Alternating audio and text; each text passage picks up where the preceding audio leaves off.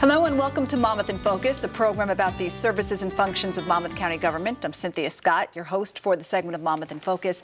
And today we are joined by Freeholder Tom Arnone and County Engineer Joe Ettore, who are here to talk about the county's West Front Street Bridge. Thanks so much for joining us. Thanks, Cynthia. It's a pleasure. Thank you. Pleasure to have you both here on Monmouth in Focus. So let's talk about exactly where the West Front Street Bridge is in Monmouth County first. Well, first of all, I'm sure everybody knows where that bridge is, but you never know. You're right. It connects the two municipalities from Middletown to Red Bank. Mm-hmm. Very heavily populated, traveled bridge.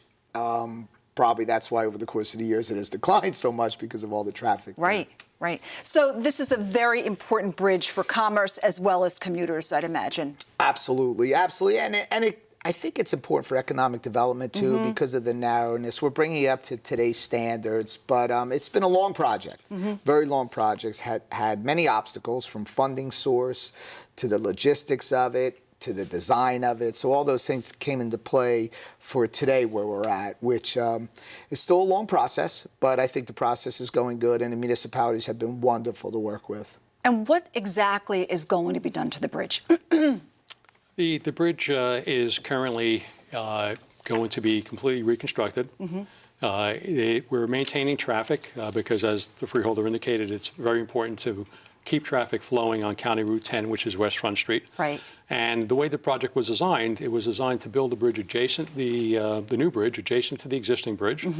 And as that's being completed, and we're at the point now that all of the spans over the water have been completed, and we're approaching the point where we're ready to make the connection between the new bridge and the existing roadway. Okay, so when will the existing bridge be closed to traffic, and how will we? Yes, well, this is where we'll come into the time that gets a little difficult. But because of Joe's planning and his department's planning, we felt that obviously come January was the probably the least congested time of the bridge use. So January will be closing down and opening up in May of 2015. And we're on schedule, you know, and obviously there was a lot of parts that had to play in here from the construction of the new bridge, the temporary bridge that we were putting, all these things that were coming up to play. There was a lot of things that had to come together to make this happen, and I commend Joe and his department because we're sitting here talking about it, but they're the ones back in the office doing all the work. Absolutely, and that temporary bridge is key, obviously, so the commuters can still go over the bridge. I mean, that's a key bridge in Monmouth County, like you said, Freeholder. You know, and it's a good thing that you're doing it in the wintertime because during the summer season, I mean, we would probably double in people coming down here. So what's the bridge going to look like? The bridge will be very similar to the existing. It will remain a two-lane bridge, one lane in each direction, but it'll be upgraded to current standards. We'll be adding 4-foot shoulders, and the existing bridge only had one sidewalk. The new bridge will have 2 sidewalks. It will also have ornamental lighting. The bridge will be handicap accessible, and it will provide connections both on the north and south side from Red Bank, Rector Place, Shrewsbury Avenue to Hubbard. So it'll be convenient to not only vehicular traffic, which will now have a safer, wider structure, but it'll also have accommodations for pedestrians. Right, and instead of repairing the old bridge, was it really, it must have been extremely necessary to just put a new bridge in place there, correct? Absolutely, absolutely. You know, the county has been rethinking maybe the process of our bridges. You know, our bridges have deteriorated over the course of the years. You know, as traffic has increased, and we all know in Monmouth County it has increased, we take a look at it and we have to weigh the options to repairs and reconstruction because repairs are just what it said, repairs, which means you're going to be coming back. And that's exactly, so we weighed those options, and Joe and his staff look at each and individual bridge and then decide, is this something that we should move forward? You know, we have bridges that we're repairing now, but we have some bridges that we're replacing. Sure, and obviously the reason why Monmouth County is a lead on this is because it's a county road.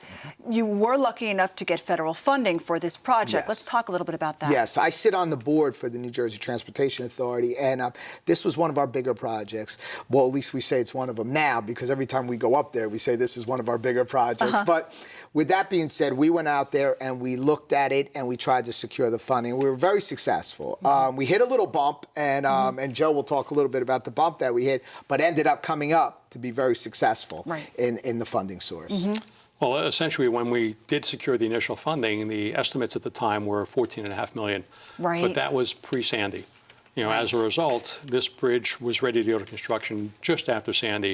And because of the different economic environment we were in, the structure came in significantly higher than had originally been anticipated. Sure. So where the funding was $14.5 million, and again, Freeholder Arnone was very instrumental in securing that funding, we got to the point that we had a shortfall based on the bid results to the lowest responsible bidder. The bids came in at about $21.6 million. So we needed to make up a shortfall of about $7 million to be able to get the project out to construction.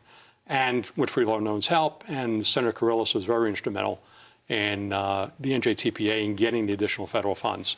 So we were able to have this project fully funded using federal dollars. That's fantastic. Oh, it really is. And who's actually going to be working on the rehabilitation of the project? We have a construction called Agate Construction Company out of Ocean View, New Jersey. And, we take a look at it, and this is a specialty, this type of construction for this. And so we go out to bid, the normal process, but you don't actually see some of the, the velocity of resumes coming in for each individual project like we normally have because of the complexity of this project. But we're very pleased. We seem to be very much on schedule. We are very pleased with them.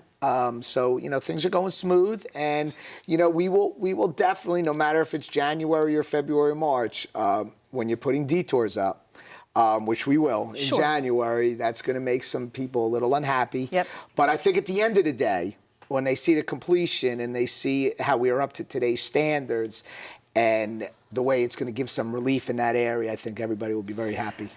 I think they'll have to deal with some inconvenience the first couple of weeks, because people are going to be, where am I going? I got to get to work. I got to do this.